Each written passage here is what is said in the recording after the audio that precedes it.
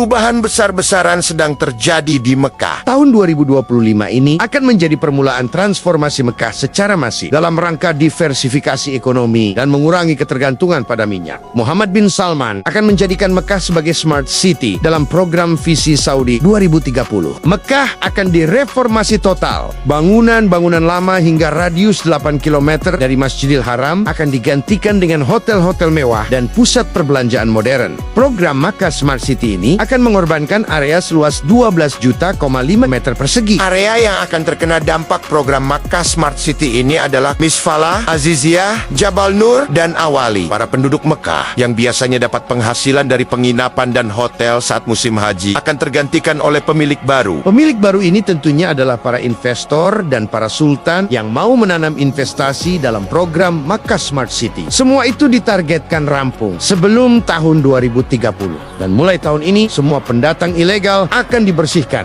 Setiap orang yang berada di Mekah harus sesuai dengan tanda pengenalnya. Jika ikamahnya sopir, maka harus bekerja sebagai sopir. Tak ada lagi visa bebas, seperti yang dipakai kebanyakan mutawif dan konten kreator di Mekah. Semua harus berjalan sesuai dengan regulasi yang berlaku. Untuk selanjutnya, pemerintah Indonesia juga tak bisa lagi mengandalkan para mukimin untuk melayani jamaah haji sebagai petugas haji Arab Saudi. Tentunya hal ini menjadi PR tersendiri bagi Indonesia untuk bersiap sedini mungkin. Jangan sampai gagap atas perubahan besar ini. Segera perbaiki model dan strategi pelayanan haji serta kualifikasi petugas haji. Demi kelancaran dan keselamatan para jamaah haji di Tanah Suci, monopoli Kemenak atas kuota ketua kloter dan pembimbing haji harus segera direvisi. Syarat ketua kloter harus dari pegawai Kemenak dan pembimbing haji harus bersertifikasi dari Kemenak tentu akan mengerdilkan sebagian pihak. Lebih lucunya, syarat bisa berbahasa Arab hanya diutamakan oleh Kemenak, bukan menjadi sebuah keharusan. Tentunya ini sangat riskan dan membahayakan karena saat jamaah ada permasalahan, para petugas haji inilah yang menjadi garda terdepan. Mereka harus bisa bernegosiasi dan berkomunikasi baik dengan petugas Saudi. Jangan sampai petugas haji yang seharusnya melayani malah minta dilayani. Dari tahun ke tahun ada banyak petugas haji yang belum pernah berhaji diberangkatkan ke Tanah Suci. Ini kan sangat lucu dan aneh. Bagaimana dia mau melayani jamaah sedangkan dia malah sibuk berhaji sendiri?